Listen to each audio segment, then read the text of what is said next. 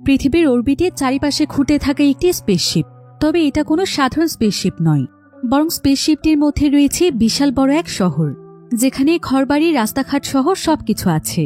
আর পৃথিবীর সমস্ত মানুষই এখন মহাকাশের এই শহরে বসবাস করছে, কারণ অনেক বছর আগে পুরো পৃথিবী একদম ধ্বংস হয়ে গিয়েছে এবং পৃথিবীর অর্ধেকেরও বেশি মানুষ মারা গিয়েছে। তাই এখন বেঁচে থাকার জন্য পৃথিবীর বাকি জীবিত মানুষেরাই স্পেসশিপের শহরেই বসবাস করছে।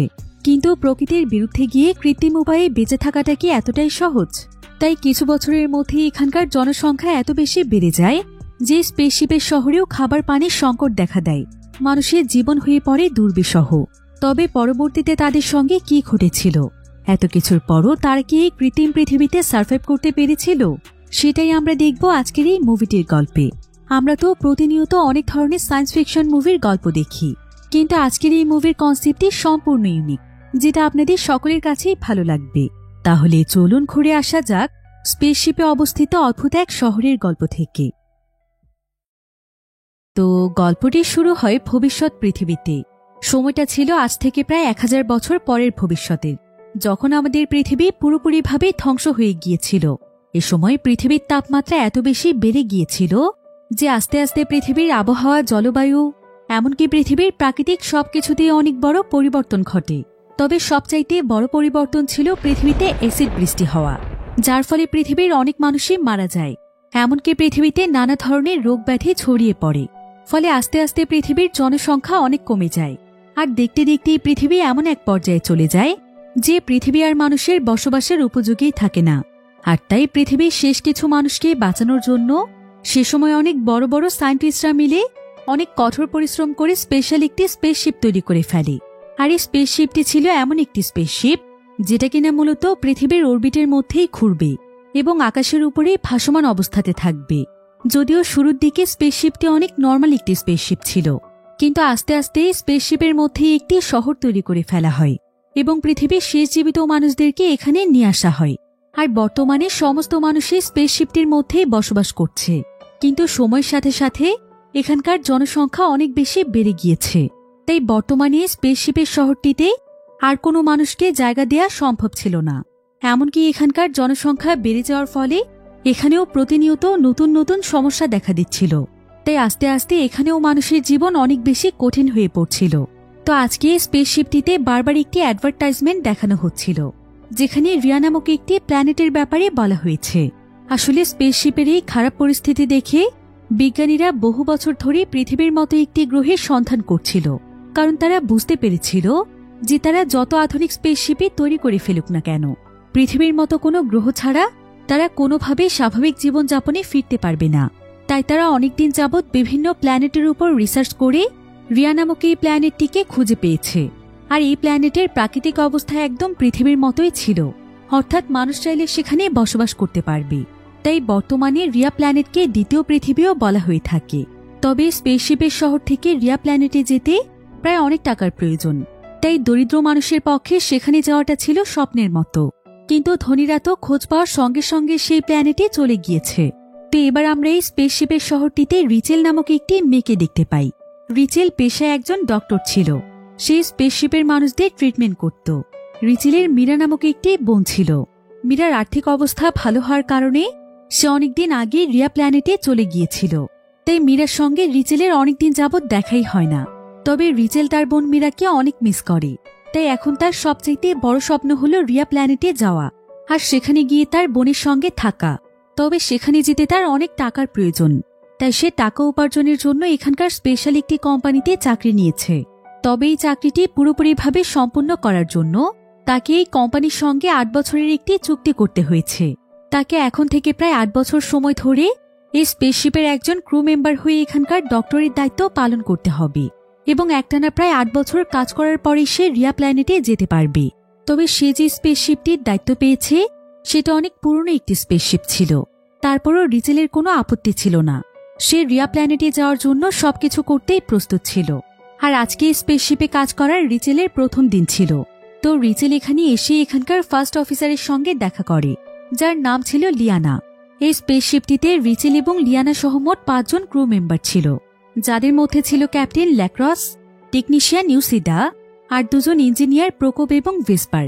ক্যাপ্টেন ল্যাক্রস এখানে সবাইকে বলে যে তারা এখন যে স্পেসশিপটিতে কাজ করছে এই স্পেসশিপটি সম্পূর্ণভাবে অটোমেটেড, আর এই স্পেসশিপটি এখন তাদেরকে মিশন 42 এর দিকে নিয়ে যাচ্ছে। আর তাদের এই মিশনের স্টেশনের নাম হচ্ছে স্টেশন 42। সবাই তখন ল্যাক্রক্সের কাছে মিশন 42 এর ব্যাপারে জানতে চায়। ল্যাক্রক্স তখন সবাইকে বলে যে অনেক বছর ধরে সিক্রেট একটি টেরোরিস্ট গ্রুপ বেরিয়েছে। তাদের মূল কাজই হচ্ছে বিভিন্ন স্পেসশিপের মধ্যে হামলা করা। তারা আজ পর্যন্ত অনেক শিপের মধ্যেই হামলা করে শিপগুলোকে নষ্ট করে দিয়েছে এবং শিপের বিভিন্ন দামি দামি জিনিসপত্র নিয়ে পালিয়ে গিয়েছে। তাই বর্তমানে গভর্নমেন্ট প্রত্যেকটি স্পেসশিপের মধ্যেই একজন করে সিকিউরিটি অফিসারকে নিয়োগ দিয়েছে। তো এবার লিয়ানা সেখানে ডেকার নামক একজন ব্যক্তিকে নিয়ে আসে। সে সকলের সঙ্গে ডেকারকে পরিচয় করিয়ে দেয়। ডেকার আসলে ছিল তাদের স্পেসশিপের সিকিউরিটি অফিসার। তো ডেকার এখানে তাদের সবাইকে ব্রুকনার নামক একজন ব্যক্তির ছবি দেখায়। সে ছিল সবচাইতে বড় একজন টেরোরিস্ট, আর লাস্ট হামলার পর থেকে তাকে কোথাও খুঁজে পাওয়া যাচ্ছে না। সে মূলত একসাথে 3টি স্পেস স্টেশনে হামলা চালিয়েছে, যেটার মধ্যে রয়েছে স্টেশন 20, স্টেশন 23 এবং সর্বশেষ স্টেশন 24। এই হামলার পর থেকে তাকে আর কোথাও পাওয়া যাচ্ছে না। এখানে আবার ব্রুকনার এবং তার টিমের একটি ফুটেজ ছিল, যেখানে ব্রুকনার চিৎকার করে সবাইকে বলছিল যে যতদিন টেকনোলজি তাদের উপর শাসন করে যাবে ততদিন পর্যন্ত তারা কখনো শান্তি পাবে না এবং তারা কখনোই তাদের স্বাভাবিক জীবনে ফিরে যেতে পারবে না। বর্তমানে টেকনোলজি তাদেরকে রোবটের মতো বানিয়ে ফেলছে, আর এভাবে চলতে থাকলে তারা একদিন টেকনোলজিরই গোলাম হয়ে যাবে। আর এই সমস্ত কারণেই ব্রুকনার এবং তার টিম টেকনোলজির বিরুদ্ধে ছিল, এমনকি তারা এখানকার গভর্নমেন্টের বিরুদ্ধেও কাজ করছে। তাই তারা টেকনোলজিকে ধ্বংস করতে এইভাবে হামলা চালিয়ে যাচ্ছে। আর এখন তাদের এই পুরো টিমটিকে ধরার জন্যই রিচেল এবং তার টিম একটি মিশনে যাচ্ছে। তো তারা এবার তাদের স্পেস স্টেশনে করে রওনা হয়ে যায় স্টেশন 22 এর উদ্দেশ্যে। আর এই স্পেসশিপটির প্রত্যেকটি মেম্বারদের একটি বিশেষ নিয়ম ছিল, সেটা হলো সমস্ত মিশন চলাকালীন সময়ে শিপটির প্রত্যেকটি মেম্বারকে 8 মাসের জন্য ঘুম পাড়িয়ে রাখা হয়, অর্থাৎ তাদেরকে একটি আইসোলেশনের মধ্যে বিশ্রামে রাখা হয়। কারণ মহাকাশের এক একটি স্টেশন অনেক দূরে অবস্থিত ছিল, তাই এক জায়গা থেকে আরেক জায়গাতে যেতে অনেক সময়ের প্রয়োজন। তবে যখন সবাইকে আইসোলেশনে রাখা হতো তখন যে কোনো একজন সদস্য পুরো স্পেসশিপটির উপর নজর রাখত। এভাবে একজন একজন করে জেগে জেগে স্পেসশিপ পাহারা দিত। তবে এই শিপটির মধ্যে একটি জায়গা রয়েছে যেটাকে কনস্ট্রাকশন এরিয়া বলা হয়ে থাকে। শিপটির এই জায়গাতে যে কারো যাওয়া নিষেধ ছিল, কারণ এটাই ছিল শিপের মেন কার্গো এরিয়া, যেখানে স্পেসশিপটির বিভিন্ন গুরুত্বপূর্ণ জিনিসপত্র থাকে। তো এভাবেই সমস্ত প্রস্তুতি সম্পূর্ণ করে তারা তাদের মিশনটিতে বেরিয়ে পড়ে। এরপর দেখতে দেখতেই তাদের এই মহাকাশ যাত্রার প্রায় 3 বছর সময় পার হয়ে যায়। আর এই 3 বছরে স্পেসশিপ পাহারা দেওয়ার জন্য 8 মাস পর পর এক এক করে ক্রু মেম্বাররা কাজ করতে থাকে।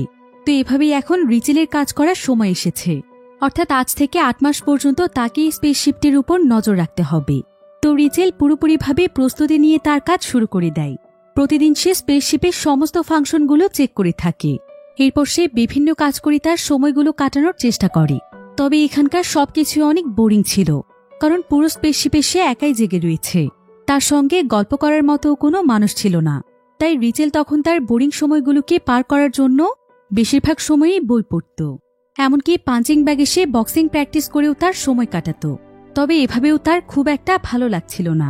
তাই সে সেখানে তার শখের একটি কাজ করে, সেটা হলো গার্ডেনিং। সে স্পেসশিপটির একটি ছোট্ট জায়গাতে বেশ কয়েকটি গাছ লাগিয়ে ফেলে, আর তারপর থেকে সে বেশিরভাগ সময়ই গাছের দেখাশোনা করে কাটিয়ে দেয়। আবার মাঝে মাঝে রিচেল ভিডিও মেক করে তার বোনের কাছে পাঠায়। কিন্তু তারা এখন মহাকাশের এমন একটি জায়গাতে রয়েছে যেখান থেকে তার বোনের কাছে ভিডিও পৌঁছতে প্রায় কয়েক মাস সময় লেগে যায়। অন্যদিকে রিচেলের বোন মীরা যখন তাকে সেই ভিডিওর রিপ্লে পাঠায়, সেটাও তার কাছে পৌঁছতে প্রায় বেশ কয়েক মাস লেগে যায়। তাই আস্তে আস্তে রিচেলের অনেক খারাপ লাগতে শুরু করে, কারণ একা একা একটা মানুষ আর কত সময় থাকতে পারে। তাছাড়া সে তার বোনের সঙ্গেও ঠিকমতো কথা বলতে পারছে না। তো এভাবেই একদিন যখন রিচেল স্পেসশিপের মধ্যে হাঁটাহাঁটি করছিল, ঠিক তখনই সে স্পেসশিপটির মেন কার্গো এরিয়া থেকে একটি আওয়াজ শুনতে পায়। তাই রিচেল তখন বিষয়টি চেক করার জন্য যায়। কিন্তু এমন সময় সে আবার স্পেসশিপের গেটের পেছনের সাইডে কোনো একজন মানুষের হাত দেখতে পায়। এতে সে অনেক ভয় পেয়ে যায়, আর সে দৌড়ে স্পেসশিপের অফিস এরিয়াতে চলে আসে এবং মেইন অফিসে সেই বিষয়টি জানানোর জন্য সেখানে রিপোর্ট পাঠাতে শুরু করে। কিন্তু ঠিক এমন সময় তার পেছনে সেই ব্যক্তি চলে আসে যাকে রিচেল দেখতে পেয়েছিল। তবে দেখা যায় যে এই ব্যক্তি আর কেউ নয়, বরং এখানকার সিকিউরিটি অফিসার ডেকার, যে কিনা অনেক আগে আইসোলেশন থেকে জেগে উঠেছিল। রিচেল তখন ডেকারের কাছে জানতে চায় যে 8 মাস সময় তো এখনো শেষ হয়নি, তাহলে সে এত তাড়াতাড়ি কিভাবে জেগে উঠল। ডেকার তখন তাকে বলে যে এখানকার কম্পার্টমেন্ট সিস্টেম কেউ হয়তো খুলে দিয়েছে, তা না হলে তার জেগে ওঠার কথাই ছিল না। অর্থাৎ স্পেসশিপে তারা ছাড়াও আরও কেউ জেগে রয়েছে, বা হয়তো বাইরের কেউ এখানে লুকিয়ে আছে। তবে ডেকার তখন রিচেলের কাছে জানতে চায় যে স্পেসশিপের মেইন কার্গো কম্পার্টমেন্টে আসা তো সকলের জন্য মানা ছিল, তাহলে সে কেন এখানে এসেছে আর কেনই বা সে এখানকার দরজা খুলেছে। রিচেল তখন তাকে জানায় যে সে কার্গো এরিয়ার ভেতর থেকে একটি আওয়াজ পেয়েছে, তার কাছে মনে হচ্ছে যে কার্গো এরিয়াতে কেউ আছে, তাই এই বিষয়টি অবশ্যই তাকে ক্যাপ্টেনকে জানাতে হবে। এই জন্য রিচেল ক্যাপ্টেনকে আইসোলেশন থেকে জাগিয়ে তুলতে চাইছিল। ডেকারও তখন তার সঙ্গে একমত হয়। এরপর তারা স্পেসশিপের ক্যাপ্টেন ল্যাক্রক্সকে জাগিয়ে তোলে এবং কার্গো এরিয়ার রেস্ট্রিক্টেড জায়গাটি চেক করতে যায়। তারা এখানে স্পেশাল একটি স্যুট পরে এসেছিল। রিচেল এখানে দেখতে পায় যে কার্গো এরিয়াটি অনেক বড় ছিল। তো ল্যাক্রক্স এখানে সবকিছু চেক করার পর রিচেলকে বলে যে রিচেলের ডিউটি চলাকালীন সময়ে এখানকার কম্পার্টমেন্টকে অনেকবার খোলা হয়েছে, তবে এখানে কোনোভাবেই কোনো মানুষের লুকিয়ে আসাটা সম্ভব নয়। হয়তো কোনো টেকনিক্যাল ইস্যুর কারণে এমনটা হয়েছে, হতে পারে অটোমেটিকভাবে দরজাটি অনেকবার খুলেছে, আর মূলত এটার শব্দ হয়তো রিচেল পেয়েছে। এখানে আবার অনেকগুলো কন্টেইনার রাখা আছে, যেগুলোর প্রত্যেকটি স্পেসশিপের জন্য অনেক গুরুত্বপূর্ণ। আর এই জায়গাটি অনেক বেশি ঠান্ডা ছিল, এতটাই ঠান্ডা ছিল যে এখানে বরফ পড়ছিল। তো এবার ল্যাক্রক্স সেখান থেকে উপরের ফ্লোরটিতে চেক করতে যায়, আর রিচেল চেক করতে যায় নিচের ফ্লোরটি। কিন্তু কিছু সময় পরেই দেখা যায় যে ল্যাক্রক্স ফ্লোর চেক করতে করতে সোজা নিচে এসে পড়ে যায়। রিচেল এবং ডেকারিতে অনেক ভয় পেয়ে যায়, আর তারা দৌড়ে যখন ল্যাক্রক্সকে দেখতে যায় তখন দেখা যায় যে ল্যাক্রক্স তার মাথায় আঘাত পেয়ে সেখানেই মারা গিয়েছে। আর অন্যদিকে এমন সময় কার্গো এরিয়ার মেন গেটটি বন্ধ হয়ে যাচ্ছিল, কারণ এই গেটটিও অটোমেটেড ছিল। ফলে তারা দুজন মিলে ল্যাক্রক্সকে নিয়ে কোনো মতে দরজা বন্ধ হওয়ার আগে সেখান থেকে বেরিয়ে আসে। আর আজকে যেহেতু তাদের সঙ্গে অনেক বড় একটি ইনসিডেন্ট হয়ে গিয়েছে, তাই তারা তখন স্পেসশিপে সবাইকে আইসোলেশন থেকে জাগিয়ে তোলে। আর আইসোলেশন থেকে জাগার পর ক্যাপ্টেনের মৃত্যুর খবর জানতে পেরে সবাই অনেক কষ্ট পায়। তবে তাদেরকে তো তাদের মিশন কমপ্লিট করতে হবে, তাই ক্যাপ্টেনকে বাদ দিয়ে তারা আবারও নতুন করে টিম গঠন করতে শুরু করে। আর এখন এখানকার ক্যাপ্টেনের দায়িত্ব নেয় লিয়ানা। এরপর লিয়ানা তখন বাকিদেরকে তাদের কাজগুলো বুঝিয়ে দেয়। আর তাদের টিমে যে দুজন টেকনিক্যাল ইঞ্জিনিয়ার ছিল তাদের দুজনকে কার্গো এরিয়ার মেন গেটটি ঠিক করতে বলা হয়। তাই তারা সঙ্গে সঙ্গে দ্রুত তাদের কাজে লেগে পড়ে। আর তাদের টিমের ইউসিদা নামক মেয়েটিকে বলা হয় স্পেসশিপের সমস্ত এন্ট্রি এবং বিভিন্ন সাসপেশিয়াস জিনিসগুলো চেক করতে। অন্যদিকে রিচেল যেহেতু একজন ডক্টর ছিল, তাই রিচেলকে ল্যাক্রক্সের লাশটিকে পোস্টমর্টেম করতে বলা হয় এবং তাকে ল্যাক্রক্সের মৃত্যুর সঠিক কারণ বের করতে বলা হয়। এরপর রিচেল যখন তার পোস্টমর্টেমের কাজ শুরু করে তখন সে ল্যাক্রক্সের চোখের মধ্যে একটি আর্টিফিশিয়াল ইমপ্ল্যান্ট দেখতে পায়, যেটা অনেক অদ্ভুত একটি বিষয় ছিল। ভিডিওর এই পর্যায়ে আপনাদেরকে সবচাইতে বিশ্বস্ত একটি বুকমেকার অ্যাপের সঙ্গে পরিচয় করিয়ে দিতে চাই, যার অফিসিয়াল পার্টনার হচ্ছে সিরিয়া এবং পিএসজি। 22 মার্চ থেকে শুরু হয়েছে আইপিএল, আর অনেকেই এই ম্যাচগুলোর উপর প্রেডিক্ট করে গেম জিতছে। এই অ্যাপে আপনি সমস্ত লাইভ ম্যাচের ফলাফল এবং লাইভ ম্যাচ দেখতে পারবেন, এমনকি আপনি স্কোরও অনুমান করতে পারেন। সেই সাথে এখানে বিএমডাব্লিউ গাড়ি, আইফোন, ল্যাপটপ এবং আরও অনেক নগদ পুরস্কার জেতার সুযোগ রয়েছে। আর জেতা টাকা আপনি চাইলে বিকাশ, রকেট, নগদ, ব্যাংক এবং অন্যান্য সহজ পদ্ধতির মাধ্যমে খুব সহজেই তুলে নিতে পারেন।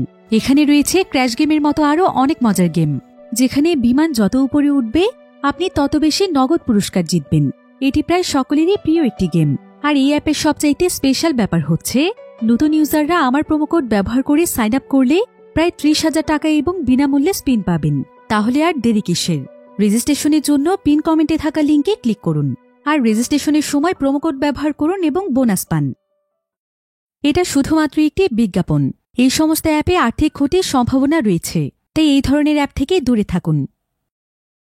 তো রিচেল তখন সেই ইমপ্ল্যান্টটিকে বের করে ফেলে এবং ইনফরমেশন জানার জন্য সেটার অ্যাক্সেস চেক করতে শুরু করে। এই ইমপ্ল্যান্টের মধ্যে অনেকগুলো ভিডিও ফুটেজ ছিল, কারণ এই ইমপ্ল্যান্টটি ছিল অনেকটাই ক্যামেরার মতো। তো রিচেল এবং বাকি সবাই এখানে দেখতে পায় যে ল্যাক্রক্স কার্গো এরিয়ার একটি জায়গাতে গিয়েছিল যেখানে বায়োহ্যাসেল লেখা রয়েছে। এটা দেখে রিচেল অনেকটাই ভয় পেয়ে যায়, কারণ সে এখন বুঝতে পারছে যে শিপটির মধ্যে শুধুমাত্র কন্টেইনারই নিয়ে যাওয়া হচ্ছে না, বরং হয়তো তাদের কাছ থেকে লুকিয়ে আরও অন্য কোনো জিনিসও নিয়ে যাওয়া হচ্ছে। রিচেল তখন ডেকারকেও এই পুরো বিষয়টি বুঝিয়ে বলে। সে বলে যে শিপটির মধ্যে হয়তো এমন কোনো জিনিস রয়েছে যেটা সম্পর্কে তারা জানে না, তাই তারা দুজন তখন এই বিষয়টি ইনভেস্টিগেশন করার জন্য সকলের আড়ালে লুকিয়ে লুকিয়ে কার্গো এরিয়ার কাছে চলে আসে। আর তারা এখানে ল্যাক্রক্সের এক্সেস কার্ড ব্যবহার করে রেস্ট্রিক্টেড এরিয়ার দরজা খুলে সেটার ভেতরে চলে যায়। এরপর তারা একটি জায়গাতে গিয়ে সেখানকার কন্টেনারগুলোকে চেক করতে শুরু করে, যেগুলো সেখানে ফ্রিজিং করে রাখা হয়েছিল এবং কন্টেনারগুলো বরফের আস্তরণে ঢাকা পড়েছিল। তো রিচেল যখন কন্টেনারের উপর থেকে বরফের আস্তরণ সরিয়ে দেয়, তখন সে এবং ডেকার দেখতে পায় যে কন্টেনারের মধ্যে কারো লাশ রয়েছে। এটা দেখে তারা দুজনই অনেক ভয় পেয়ে যায়। তবে শুধুমাত্র একটি কন্টেনারে নয়, বরং এখানকার প্রায় প্রত্যেকটি কন্টেনারে মানুষের লাশ রয়েছে। রিচেল তখন সেখান থেকে একটি কন্টেনার বাহিরে নিয়ে আসে এবং দেখতে পায় যে এই কন্টেনারের মধ্যে ছোট্ট একটি বাচ্চা মেয়ের লাশ রয়েছে। তো রিচেল এবং ডেকার তখন এখানকার টেকনিশিয়ানদের সাহায্য নেয়। এরপর তারা সবাই মিলে সেই কন্টেনারটিকে নিয়ে আসতে শুরু করে, কিন্তু ঠিক তখনই সেখানকার অন্যান্য কন্টেনারগুলো নিজেদের পজিশন বদলাতে শুরু করে, ফলে সমস্ত কন্টেনার সেখানে মুভ করছিল। রিচেল সেই জায়গা থেকে বেরিয়ে আসার আগে একটি কন্টেনার মুভ করে নিচের দিকে যাচ্ছিল, আর রিচেলও তখন কন্টেনারটির সঙ্গে পড়েই যাচ্ছিল। কিন্তু সঠিক সময় সেখানে ডেকার চলে আসে, আর ডেকার কোনো মতে রিচেলকে টেনে উপরে নিয়ে আসে, ফলে এবারের মতো রিচেল বেঁচে যায়। রিচেল ডেকারকে মন থেকে অনেক ধন্যবাদ জানায়। এরপর তারা চারজন মিলে সেই বাচ্চা মেয়েটির কন্টেনার নিয়ে তাদের এরিয়াতে চলে আসে। আর এমন সময় সেখানে লিয়ানা এসে সবকিছু দেখতে পায়, যে কিনা এখন তাদের ক্যাপ্টেন ছিল। তো লিয়ানা এখানে তাদের সবাইকে বলে যে কন্টেনারের বিষয়গুলোতে তাদের একদমই মাথা ঘামানো ঠিক নয়, তাদের উচিত শুধুমাত্র তাদের কাজ করা। কন্টেনারের সমস্ত কিছু চেক করার দায়িত্ব হচ্ছে লোডিং কোম্পানির, তাহলে তারা কেন বেশি বাড়াবাড়ি করছে। কিন্তু এসব কথা শুনে রিচেল তখন বলে যে তার এখানকার কোনো একজন মানুষের উপর সন্দেহ হচ্ছে, যে কিনা তাদের কাছ থেকে কিছু একটা লুকোচ্ছে। কারণ তারা যখন এই কন্টেইনারটিকে নিয়ে আসছিল, ঠিক তখনই কেউ একজন কন্টেইনারগুলোকে রিলিজ করে দিয়েছে, ফলে কন্টেইনারগুলো মুভ করতে শুরু করেছিল। এতে তো তারা সবাই মারা যেতে পারত। তাহলে তাদের সঙ্গে কে এমনটা করল? রিচেলের আসলে তাদের ভেতরেই কোনো একজন মানুষের উপর সন্দেহ ছিল এবং তার কাছে মনে হচ্ছিল ল্যাক্রক্সকে সেই মেরেছে। রিচেল মনে মনে লিয়ানাকেও সন্দেহ করছিল, কারণ ল্যাক্রক্সের ক্যাপ্টেনের জায়গা পাওয়ার জন্য সে এমনটা করতে পারে। তো এখানে রিচেলের কথা শুনে লিয়ানা তাদের কোনো কথাই শুনতে চাইছিল না, বরং সে এখানে বলছিল যে রিচেল শুধু শুধুই সন্দেহ করছে এবং টিমের সকলের মনে সন্দেহ তৈরি করে দিচ্ছে। রেস্ট্রিক্টেড এরিয়াতে যে কন্টেনারগুলো রয়েছে সেগুলো নাকি তাপমাত্রার সাথে সাথে নিজে নিজেই মুভ করে, অর্থাৎ সেগুলো নাকি অটোমেটিকভাবেই মুভ হয়েছে। তাই কারো উপর সন্দেহ করার কোনো প্রশ্নই আসে না। আর যেহেতু কার্গো এরিয়ার সবকিছুই অটোমেটিক সিস্টেমে তৈরি করা, তাই মূলত এই কারণেই সবাইকে সেখানে যেতে মানা করা হয়েছিল, কারণ সেখানে প্রত্যেকেরই জীবনের ঝুঁকি রয়েছে। এসব কথা শুনে ডেকার তখন লিয়ানাকে জিজ্ঞাসা করে, আমরা সবকিছুই বুঝলাম, কিন্তু কন্টেনারগুলোতে লাশ রাখা আছে কেন? এগুলো কাদের লাশ? আর আমাদেরকে লাশের ব্যাপারে কোনো কিছু জানাওনি কেন? তুমি কি এসব ব্যাপারে আগে থেকেই জানতে? কিন্তু লিয়ানা এখানে ডেকারের প্রশ্নের কোনো উত্তরই দিতে চাইছিল না, বরং সে এখানে তাদের উপর অনেক রেগে যায় এবং লাশের কন্টেইনারটিকে আবারও সেই জায়গাতে রেখে আসতে বলে যেখান থেকে তারা এইটাকে নিয়ে এসেছে। তবে রিচেল তখন বলে যে একজন ডক্টর হিসেবে সেই বডিটি চেক করতেই পারে। যদি এর পেছনে কোনো রহস্য না থাকে, তাহলে সে কেন এভাবে সবকিছু লুকোতে চাইছে? তাই লিয়ানা যদি তাকে বডি চেক করতে না দেয়, তাহলে তারা সবাই তার উপরে সন্দেহ করবে। রিচেলের সঙ্গে এখানে সবাই একমত ছিল, তাই লিয়ানা আর এখানে কিছুই বলতে পারে না। আর রিচেল তখন সেই বাচ্চা মেয়েটির বডিটি চেক করতে শুরু করে দেয়। বডিটি চেক করার এক পর্যায়ে সে জানতে পারে যে এটা আসলে কোনো ডেড বডি নয়, বরং মেয়েটি এখনো বেঁচে আছে।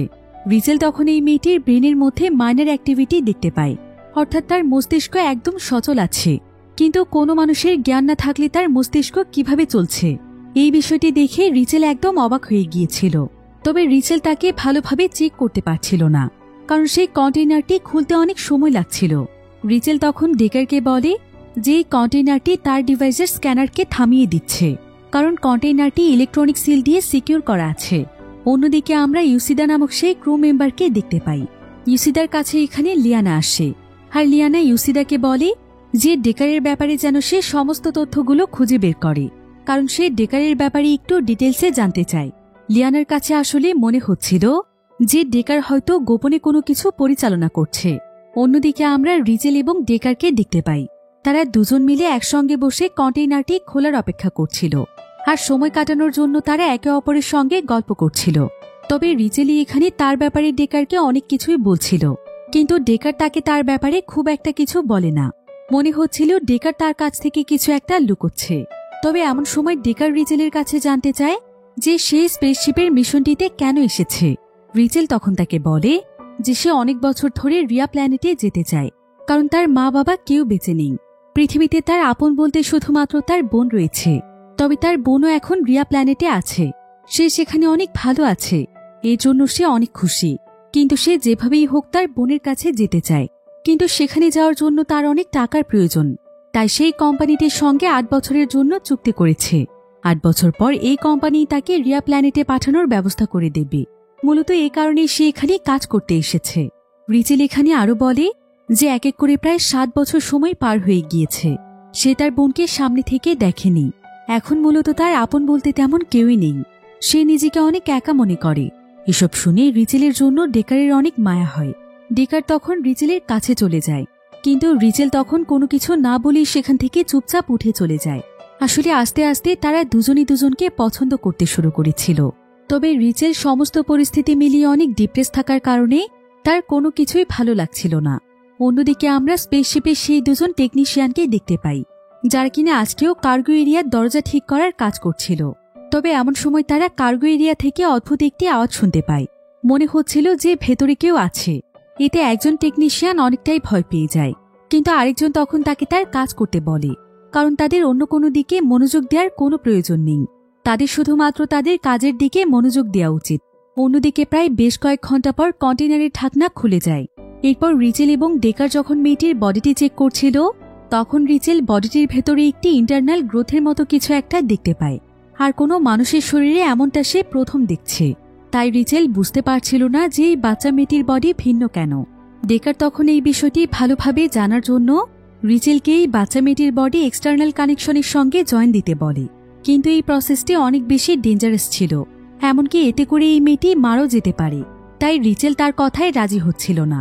এবার ডেকার রিচেলকে বলে, ঠিক আছে, তোমার যেটা ভালো মনে হয় সেটাই করো। তবে আমরা এখানে যা কিছু করছি এই সবকিছুর সমস্ত তথ্য শুধুমাত্র আমাদের মধ্যেই থাকবে। এসব ব্যাপারে অন্য কেউ যেন কিছু না জানতে পারে, কারণ এতে করে আমাদের লাইফেরও ঝুঁকি রয়েছে। এসব বলে ডেকার সেখান থেকে চলে যায়। আর রিচেল যখন এখানে একা একা ছিল, তখন সে তার বোনকে উদ্দেশ্য করে একটি ভিডিও বানাচ্ছিল। সে এখানকার সমস্ত পরিস্থিতির সম্পর্কে তার বোনকে বলছিল এবং জানাচ্ছিল যে খুব শীঘ্রই সে তার কাছে আসবে। এমনকি সে এখানে তার বোনকে সেই বাচ্চা মেয়েটির কথাও বলে এবং জানায় যে সেই বাচ্চা মেয়েটিকে রক্ষা করার আপ্রাণ চেষ্টা করছে। কিন্তু সে বুঝতে পারছে না যে এখানে এসব কি হচ্ছে। এসব কিছু বলে সে একটি ভিডিও তৈরি করে তার বোনের উদ্দেশ্যে পাঠিয়ে দেয়। আর কিছুক্ষণের মধ্যেই তার বোনের কাছ থেকে একটি রিপ্লাই আসে। রিচেল এতে একদম অবাক হয়ে যায়, কারণ কিছুদিন আগে যখন সে তার বোনকে মেসেজ পাঠাতো, তখন মেসেজ যেতে আর আসতে অনেক সময় লাগত, প্রায় কয়েক মাস সময় লেগে যেত। কিন্তু অদ্ভুতভাবে এখন অনেক কম সময় লাগছে। রিচেল বুঝতে পারে যে এর পেছনে নিশ্চয়ই কোনো কারণ আছে। রিচেল তখন সোজা ডেকারের কাছে চলে যায়, আর সে ডেকারকে এই মেসেজের ব্যাপারে সবকিছু খুলে বলে। এরপর সে ডেকারকে জিজ্ঞাসা করে যে ডেকারের একটি বিষয় তাকে অনেক অবাক করে দিয়েছে।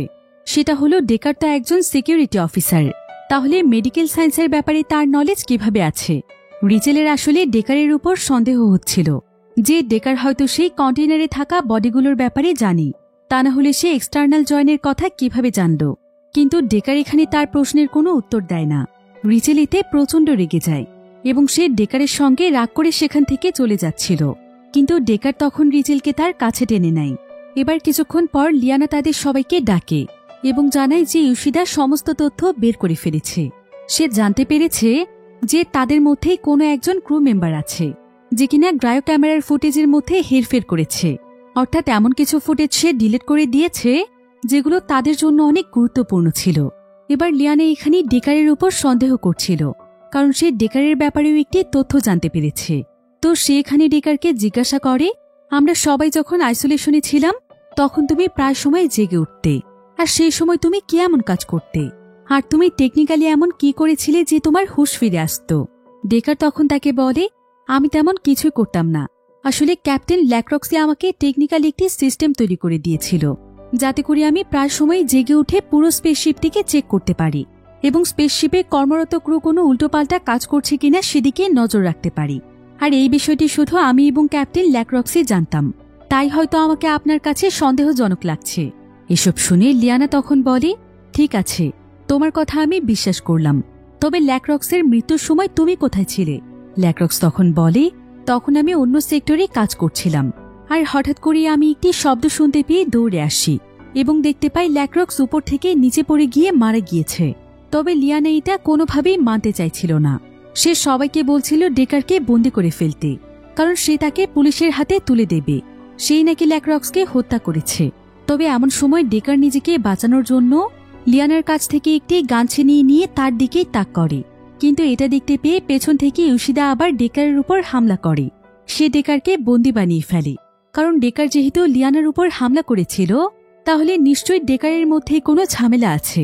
এবার লিয়ানা এখানে রিচেলকে অর্ডার দেয় যাতে করে সে সেই বাচ্চা মেয়েটির বডিটি আগের জায়গাতে রেখে আসে, কিন্তু রিচেল তখন তাকে বলে যে সে সেই মেয়েটির বডিতে একটি মেডিসিন দিয়েছে, তাই সে চাইলেও এখন তাকে রেখে আসতে পারবে না, কারণ এতে করে সেই মেয়েটির জীবন ঝুঁকিতে পড়ে যাবে। কিন্তু লিয়ানা এবার তার কোনো কথাই শুনতে চাইছিল না। কার্গো এরিয়ার গেটটি যেহেতু অটোমেটিক ছিল, তাই সে কার্গো এরিয়ার গেট বন্ধ হওয়ার আগেই বডিটিকে সেখানে রেখে আসতে বলে। তো এবার সেদিন রাতের বেলা দেখা যায় যে ডেকারের কাছে রিচেল আসে। ডেকার তার মাথায় অনেক আঘাত পেয়েছিল, তাই রিচেল তখন তার ট্রিটমেন্ট করছিল। তবে সে ডেকারের সঙ্গে কোনো কথা বলছিল না, কারণ সে তার উপর রেগেছিল। কিন্তু এমন সময় ডেকার তাকে বলে, তুমি কি জানো রিচেল, আমাদের কাছ থেকে অনেক বড় সত্য লুকোনো হচ্ছে। এই স্পেসশিপটি এখন স্টেশন 22-তে যাচ্ছে না, বরং এটা যাচ্ছে রিয়া প্ল্যানেটের দিকে। ডেকার এখানে রিচেলকে আরও অনেক কিছু বলতেই যাচ্ছিল, কিন্তু এমন সময় সেখানে প্রকোপ এবং ভেসপার চলে আসে, আর তারা ডেকারকে সেখান থেকে নিয়ে যায় এবং তাকে আইসোলেশনের মাধ্যমে অজ্ঞান করে ফেলে। অন্যদিকে সেদিন রাতের বেলা রিচেল ইউশিদাকে যখন একা একা পায়, তখন সে ইউশিদাকে বলে, তুমি কি একটি বিষয় সম্পর্কে আমাকে তথ্য দিতে পারবে? তুমি কি বলতে পারবে যে আমাদের স্পেসশিপটি কোথায় যাচ্ছে? এটা কি স্টেশন 22 এর দিকে যাচ্ছে নাকি অন্য কোথাও? ইউশিদা তখন এই তথ্যটি বের করতে যায়। সে প্রায় বেশ কয়েক ঘন্টা যাবৎ রিসার্চ করে অনেক কষ্টে স্পেসশিপটি সম্পর্কে কিছু তথ্য খুঁজে পায়। এরপর সে দ্রুত রিচেলের কাছে এসে জানায় যে শিপটি আসলে স্টেশন 22 এর দিকে যাচ্ছে না, এবং কার্গো এরিয়াতে কন্টেনারগুলো যখন মুভ করেছিল সেগুলো অটোমেটিক ছিল না, বরং সেগুলোকে মুভ করানো হয়েছিল। এরপর রিচেল এখানে ইউশিদাকে বলে যে যখন সে এখানে একা একা ডিউটি করছিল, তখন সে তার বোনকে মেসেজ পাঠালে সেটা পৌঁছতে কয়েক মাস সময় লেগে যেত, কিন্তু গতকাল মেসেজ পাঠানোর পর সেটা সঙ্গে সঙ্গেই তার বোনের কাছে পৌঁছে গিয়েছে এবং তার বোনের রিপ্লেও সঙ্গে সঙ্গে এসেছে। ইউশিদা তখন তাকে বলে, হতে পারে আমাদের স্পেসশিপটি রিয়া প্ল্যানেটের কাছাকাছি আছে, তাই হয়তো মেসেজ এতটা দ্রুত যাচ্ছে। ইউশিদা এবং রিচেল এখানে এসব ব্যাপারে গল্প করছিল, কিন্তু ঠিক তখনই সেখানে ভেসপার তাদেরকে পার্টির জন্য ডাকে, কিন্তু ইউশিদা সেখানে যেতে চায় না। তবে রিচেল সেখানে চলে যায়। তবে পার্টি চলাকালীন সময়ে সেখানকার লাইটগুলো হঠাৎ করে ব্লিঙ্ক করছিল, যেটা দেখে প্রকোপ তখন বলে যে রেডিয়েটরের কারণে মূলত এমনটা হচ্ছে, এটা অটোমেটিক ঠিক হয়ে যাবে, তাই দুশ্চিন্তা করার কোনো প্রয়োজন নেই। এবার রিচেল এখানে ইউশিদার জন্য চা নিয়ে যাওয়ার কথা বলে সেখান থেকে চলে আসে। তবে রিচেল যখন ইউশিদার কাছে যায়, তখন সে সেখানে ইউশিদার ডেড বডি দেখতে পায়। এতে তো সে একদম ভয় পেয়ে যায়, কারণ কিছুক্ষণ আগেও ইউশিদা বেঁচে ছিল, কিন্তু এখন তাকে কে মেরে ফেলল? ইউশিদার খবর জানতে পেরে সবাই আবারও এক হয়ে যায়, আর তারা আইসোলেশন সেক্টরে গিয়ে দেখতে পায় যে ডেকার তার আইসোলেশন থেকে উঠে সেখান থেকে চলে গিয়েছে। তাই সবাই ভাবছিল যে ডেকারই ইউশিদাকে মেরে ফেলেছে, তবে ডেকার আশেপাশের কোথাও ছিল না। তাই লিয়ানা তখন সবাইকে পুরো স্পেসশিপটি তল্লাশি করতে বলে এবং ডেকারকে খুঁজে বের করতে বলে। এরপর রিচেল এবং ভেসপার আর লিয়ানা এবং প্রকোপ চলে যায় ডেকারকে খুঁজতে। তো রিচেল এবং ভেসপার আন্ডারগ্রাউন্ডের একটি নেটের মতো জায়গাতে চলে আসে। ভেসপার পুরোপুরিভাবে নিশ্চিত ছিল যে ডেকার এখানেই লুকিয়েছে, তাই সে রিচেলের সঙ্গে তাকে ধরে ফেলার একটি প্ল্যান তৈরি করে, যেটার মোতাবেক রিচেল সে নেটের ভেতরের জায়গাটিতে যাবে এবং ভেসপার অন্য পাশের রাস্তা দিয়ে গিয়ে ডেকারকে ধরে ফেলবে। রিচেল তখন সঙ্গে সঙ্গে সেই জায়গাটিতে চলে যায় এবং সে আস্তে আস্তে ডেকারকে খোঁজার চেষ্টা করে, কিন্তু ঠিক তেমন সময় তার উপরে একজন ব্যক্তি হামলা করে বসে, যে কিনা দেখতে অনেকটা পাগলের মতো ছিল। সে তো এখানে রিচেলকে মেরেই ফেলছিল, কিন্তু ঠিক তখনই তার পেছন থেকে একজন ব্যক্তি এসে সেই লোকটিকে গুলি করে রিচেলকে বাঁচিয়ে নেয়। রিচেল তখন আশেপাশে দেখতে শুরু করে, কিন্তু সে কোথাও কাউকে দেখতে পাচ্ছিল না। এমন সময় রিচেল সেখানে থাকা একটি বক্স খুলে ফেলে, আর সেই বক্সটির ভেতরে একটি অ্যালবাম ছিল, যেখানে অনেকগুলো ছবি রয়েছে। রিচেলের এখানে একটি ছবিতে একজন ব্যক্তিকে অনেক চেনা চেনা লাগছিল। এরপর সে একটু লক্ষ্য করে বুঝতে পারে যে এখানে যাকে গুলি করে মারা হয়েছে সেই হচ্ছে এই ব্যক্তি। আর এই ব্যক্তিই মূলত হচ্ছে ব্রুকনার, যে কিনা ছিল টেরোরিস্ট গ্রুপের মেইন সদস্য, যাকে বহুদিন ধরে খুঁজে পাওয়া যাচ্ছিল না। কিন্তু সে আসলে তাদের এই স্পেসশিপের মধ্যে এতদিন লুকিয়েছিল। রিচেল এখানে একটি ডিভাইসও খুঁজে পায়, যেখানে বেশ কিছু ভিডিও ক্লিপ ছিল। ভিডিও ক্লিপগুলোতে দেখা যাচ্ছিল যে ব্রুকনারের সঙ্গে ডেকার রয়েছে, আর তারা দুজনই ভিডিওতে একটি জায়গার ব্যাপারে কথা বলছিল। রিচেল এই সম্পূর্ণ ভিডিওটি দেখার পর বুঝতে পারে যে ব্রুকনার এবং তার গ্রুপ আসলে কোনো টেরোরিস্ট গ্রুপ নয়, বরং তারা অনেক ভালো একটি উদ্দেশ্য নিয়ে কাজ করছিল। তারা মূলত পৃথিবী ধ্বংসের অনেক বছর পরে পৃথিবীতে গিয়েছিল এবং সেখানে গিয়ে তারা মানুষের বসবাসের জন্য অনেক জায়গা খুঁজে পেয়েছে, যেখানে মানুষ চাইলে আবারও খুব সুন্দরভাবে বসবাস শুরু করতে পারবে। তাদেরকে এইভাবে স্পেসশিপে করে বন্দি জীবন কাটাতে হবে না। তাই ব্রুকনার এবং তার পুরো টিম মিলে অনেক বছর ধরে কঠোর পরিশ্রম করে এবং তারা পৃথিবীতে প্রচুর পরিমাণে গ্রিন হাউস তৈরি করে, যেখানে মানুষ খুব সুন্দরভাবে চাষাবাদ শুরু করে নতুন জীবন শুরু করতে পারবে। তাছাড়া পৃথিবীতে এখন আর অ্যাসিড বৃষ্টি হচ্ছিল না। সেই সাথে তারা মাটির নিচের আন্ডারগ্রাউন্ডে প্রচুর পরিমাণে ট্যাঙ্ক সেট করেছিল, যেগুলো ওয়াটার পিউরিফায়ার কাজ করবে। আর মূলত এই খবরটি তারা মানুষের কাছে পৌঁছতে চাইছিল, যাতে করে আস্তে আস্তে মানুষেরা পৃথিবীতে আবারও ফিরে আসে। ব্রুকনার এই ভিডিওটির মাধ্যমে সকলকে উদ্দেশ্য করে বলে যে পৃথিবীতে এখনও অনেক জায়গা আছে যেখানে মানুষ খুব সুন্দরভাবে বসবাস করতে পারবে। তাদেরকে আর স্পেসশিপের মতো ছোট শহরে এত কষ্ট করতে হবে না। কিন্তু গভর্নমেন্ট সকলের কাছ থেকে এই বিষয়টি লুকিয়ে যাচ্ছে। তারা মানুষদেরকে বোঝাচ্ছে যে পুরো পৃথিবী ধ্বংস হয়ে গিয়েছে। এর পেছনে গভর্নমেন্টের অনেক বড় কোনো স্বার্থ রয়েছে। এসব ভিডিও দেখে রিচেল বুঝতে পারে যে ব্রুকনার এবং তার টিম আসলে সঠিক পথেই ছিল, আর গভর্নমেন্টই বরং উল্টো তাদের পেছনে লেগেছে। সেই সাথে সে এটাও বুঝতে পারে যে ডেকার হয়তো ব্রুকনারদের টিমেরই সদস্য। তো ঠিক এমন সময় রিচেল আবার সেখানে কারো পায়ের আওয়াজ শুনতে পায়। দেখা যায় যে রিচেলের কাছে ভেসপার এসেছে। ভেসপার এখানে রিচেলকে জানায় যে ডেকারকে ধরে ফেলা হয়েছে, তাই সে রিচেলকেও উপরে চলে আসতে বলে। এদিকে লিয়ানা ডেকারকে নানা ধরনের প্রশ্ন করছিল। সে তার কাছে তার পরিচয় জানতে চাইছিল এবং জানতে চাইছিল যে সে কোন উদ্দেশ্যে এই স্পেসশিপে এসেছে, আর কেনই বা সে তাদের দুজন মানুষকে এভাবে মেরে ফেলেছে। ডেকার তখন এখানে বলতে শুরু করে যে গভর্নমেন্ট আমাদের সবাইকেই ধোঁকা দিচ্ছে। রিয়া আসলে কোনো প্ল্যানেটই নয়, বরং সেটা একটা ভার্চুয়াল রিয়েলিটি।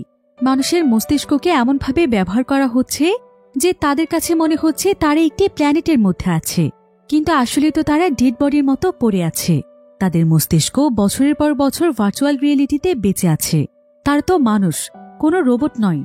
গভর্নমেন্ট শুধুমাত্র টাকার জন্য হাজার হাজার মানুষের সঙ্গে এমনটা করছে।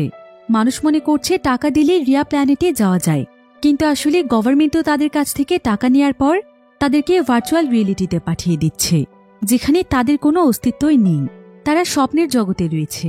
আর মানুষের এই ভুল ধারণাকে ভাঙার জন্যই আমি এবং ব্রুকনার বহু বছর ধরেই কাজ করছি। এসব কথা শুনে রিচেল তখন ডেকারের কাছে জানতে চায়, তুমি কি ব্রুকনারকে গুলি করে চলে এসেছিলে? ডেকার বলে হ্যাঁ, কারণ ব্রুকনার অনেক বছর ধরে গভর্নমেন্টের সঙ্গে লড়াই করতে করতে সে তার মানসিক ভারসাম্য হারিয়ে ফেলেছিল। সে পাগল হয়ে গিয়েছিল, তাই সেই ল্যাক্রক্স এবং ইউসিদাকে মেরে ফেলেছে। আর সবশেষে সে তোমাকেও মেরে ফেলতে চাইছিল, তাই বাধ্য হয়ে আমার তাকে গুলি করতে হয়েছে। এবার লিয়ানা তার সঙ্গীদেরকে ডেকারকে একটি জায়গাতে লক করে রাখতে বলে। এরপর সে রিচেলের কাছে এসে বলে যে সে বাচ্চা মেয়েটির কন্টেইনারটি লোড কেজে রাখার জন্য প্রকোপ এবং ভেসপার তাকে সাহায্য করবে। তাই যত তাড়াতাড়ি সম্ভব তাকে নিয়ে রিসার্চ করা বন্ধ করো। যদিও রিচেল এখানে তার সমস্ত কথাই শুনছিল, কিন্তু আসলে রিচেল জেনে গিয়েছে যে ডেকার যা করছে সেটাই সঠিক, আর লিয়ানাই বরং গভর্নমেন্টের সঙ্গে মিলিয়ে কাজ করছে এবং তারা মানুষদের উপর নিজেদের নিয়ন্ত্রণ চালাচ্ছে। তাই সুযোগ পেয়ে রিচেল লিয়ানার দিকে বন্দুক তাক করে, কিন্তু লিয়ানা রিচেলের প্ল্যান আগেই বুঝতে পেরেছিল। তাই সে তখন উল্টো রিচেলের দিকে তার বন্দুক তাক করে এবং সে কোনো মতে রিচেলের হাত বেঁধে ফেলে। এরপর সে লিয়ানাকে বলে, তোমরা গভর্নমেন্টের বিরুদ্ধে কেন যেতে চাইছো? গভর্নমেন্ট তো আমাদের সবার ভালো চাইছে, তাই তো এত কঠিন কঠিন মিশন আমরা কমপ্লিট করছি। তবে এটা সত্যি যে গভর্নমেন্ট রিয়া নামক একটি প্ল্যানেট খুঁজে পেয়েছে, কিন্তু সেখানে বসবাসের জন্য যখন কলোনাইজেশন করা হচ্ছিল তখন শুরুর দিকে একটি ভুলের কারণে কলোনাইজেশন ফেল হয়ে যায়, আর রিয়া প্ল্যানেটও বসবাসের অনুপযোগী হয়ে পড়ে।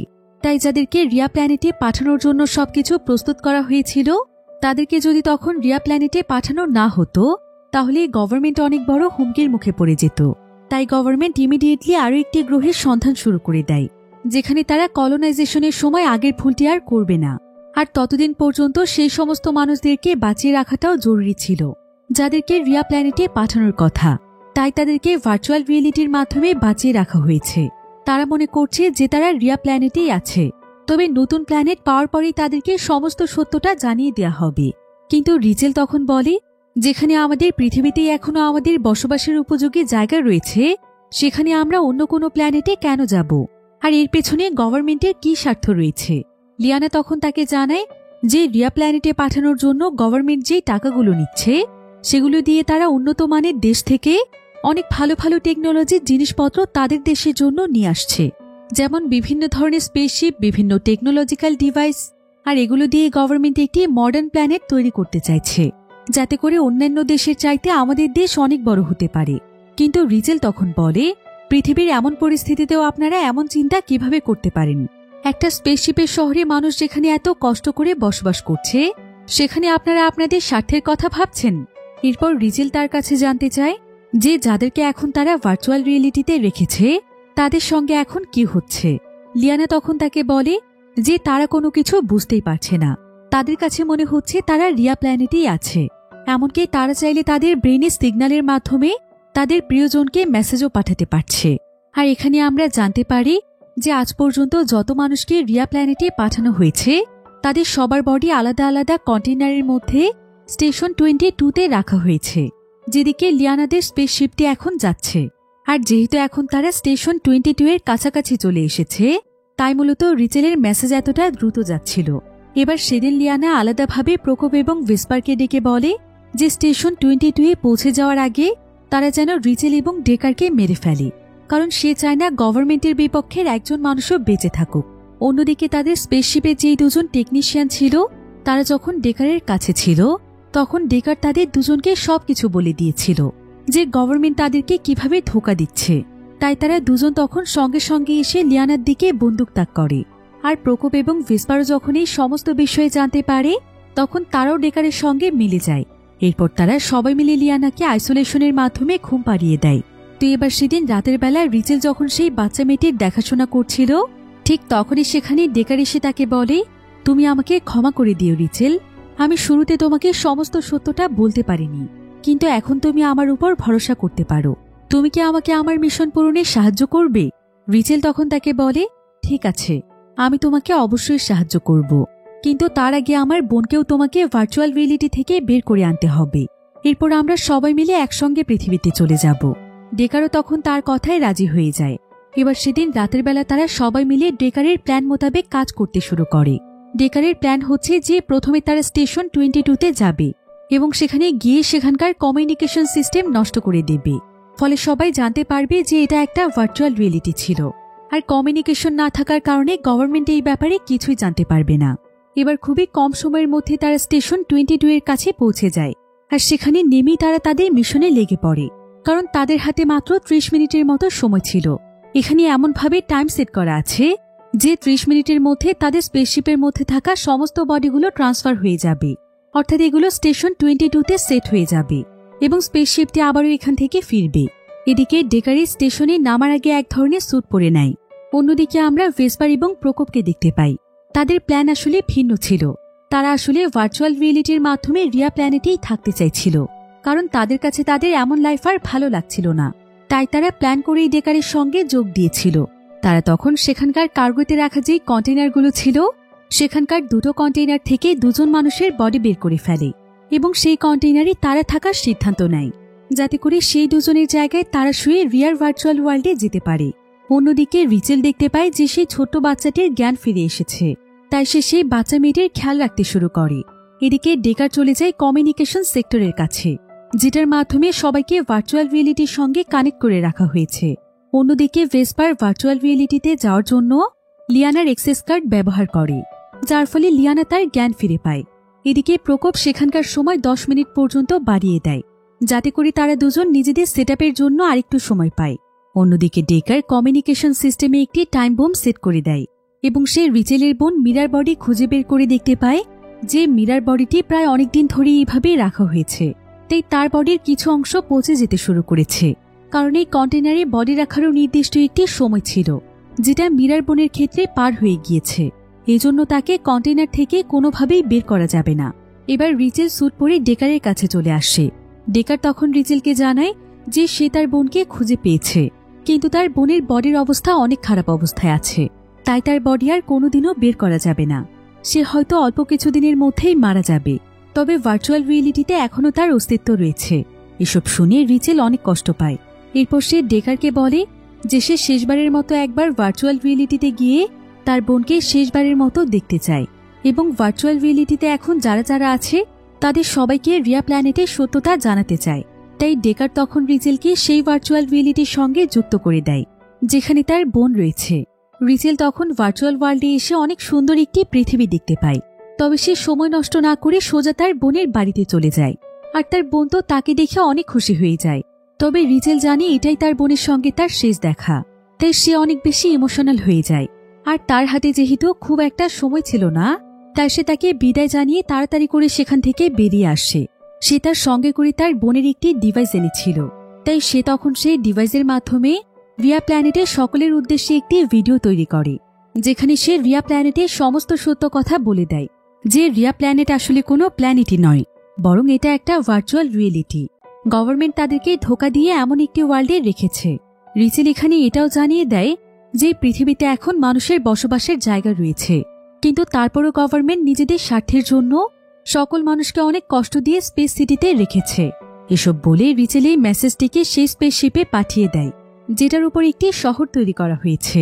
এতে করে সকল মানুষ এখন গভর্নমেন্টের সত্যতা জেনে যায়। রিচেল এই মেসেজে সকল মানুষকে পৃথিবীতে ফিরে আসার আন্দোলন করতে বলে, কারণ তারা প্রতিবাদ করলে গভর্নমেন্ট অবশ্যই তাদেরকে পৃথিবীতে নিয়ে যেতে বাধ্য হবে। এরপর ডেকার রিচেলকে ভার্চুয়াল রিয়েলিটি থেকে বের করে নিয়ে আসে, আর সে রিচেলকে একাই স্পেসশিপে ফিরে যেতে বলে। আসলে তাদের কাছে ফিউল অনেক কম ছিল, তাই ডেকার তখন তার ফিউল রিচেলকে দিয়ে দিয়েছিল। আর স্পেসশিপে পৌঁছতে যতটুকু ফিউলের প্রয়োজন সেটা এখন ডেকারের কাছে ছিল না, তাই সে আর চাইলেও স্পেসশিপে ফিরতে পারবে না। কিন্তু রিচেল ডেকারকে ছাড়া কোনোভাবেই যেতে চাইছিল না। তবে ডেকার এখানে রিচেলকে বলে যে তাকে তার মিশন কমপ্লিট করতে হবে। আসলে তার কাছে যেই বাচ্চা মেয়েটি রয়েছে সেই মেয়েটি এখন একমাত্র প্রমাণ, যেটার মাধ্যমে রিচেল তার মেসেজের সত্যতা প্রমাণ করতে পারবে এবং মানুষকে তার কথা বিশ্বাস করাতে পারবে। এতে করে অনেক মানুষের জীবন বেঁচে যাবে। এসব বলতে বলতে ডেকারের স্যুটের ফুয়েল একদম শেষ হয়ে যাওয়ার ফলে ডেকার সেখান থেকে নিচে পড়ে মারা যায়। রিচেল এতে অনেক কষ্ট পেয়েছিল, কারণ সে ডেকারকে অনেক ভালোবেসে ফেলেছিল। সে প্রচণ্ড কাঁদছিল, কিন্তু তারপরও সে ডেকারের শেষ মিশনটি পূরণ করতে চায়, তাই সে তাড়াতাড়ি করে স্পেসশিপে ফিরে আসে। আর অন্যদিকে ডেকারের লাগানো বোমটিও ব্লাস্ট হয়ে যায়, ফলে রিয়া প্ল্যানেটের কমিউনিকেশন সিস্টেমও নষ্ট হয়ে যায়। এরপর রিচেল যখন স্পেসশিপের ভেতরে যায় তখন সে সেই বাচ্চা মেয়েটিকে কোথাও দেখতে পাচ্ছিল না। আর ঠিক এমন সময় লিয়ানা তার উপর হামলা করে, যে কিনা ভার্চুয়াল রিয়েলিটি থেকে জেগে উঠেছিল। তো লিয়ানা এখানে রিচেলকে মেরেই ফেলতে চাইছিল, কিন্তু রিচেল কোনো মতে চালাকি করে লিয়ানাকে স্পেসশিপ থেকে ফেলে দেয়, ফলে সেখানেই লিয়ানা মারা যায়। এরপর রিচেল তাড়াতাড়ি করে সেই বাচ্চা মেয়েটিকে খুঁজে বের করে এবং সে তাকে দেখতে পেয়ে তাকে জড়িয়ে ধরে। এরপর তারা দুজন মিলে রওনা হয়ে যায় পৃথিবীর উদ্দেশ্যে। আর এখানেই এই সুন্দর গল্পটি শেষ হয়ে যায়।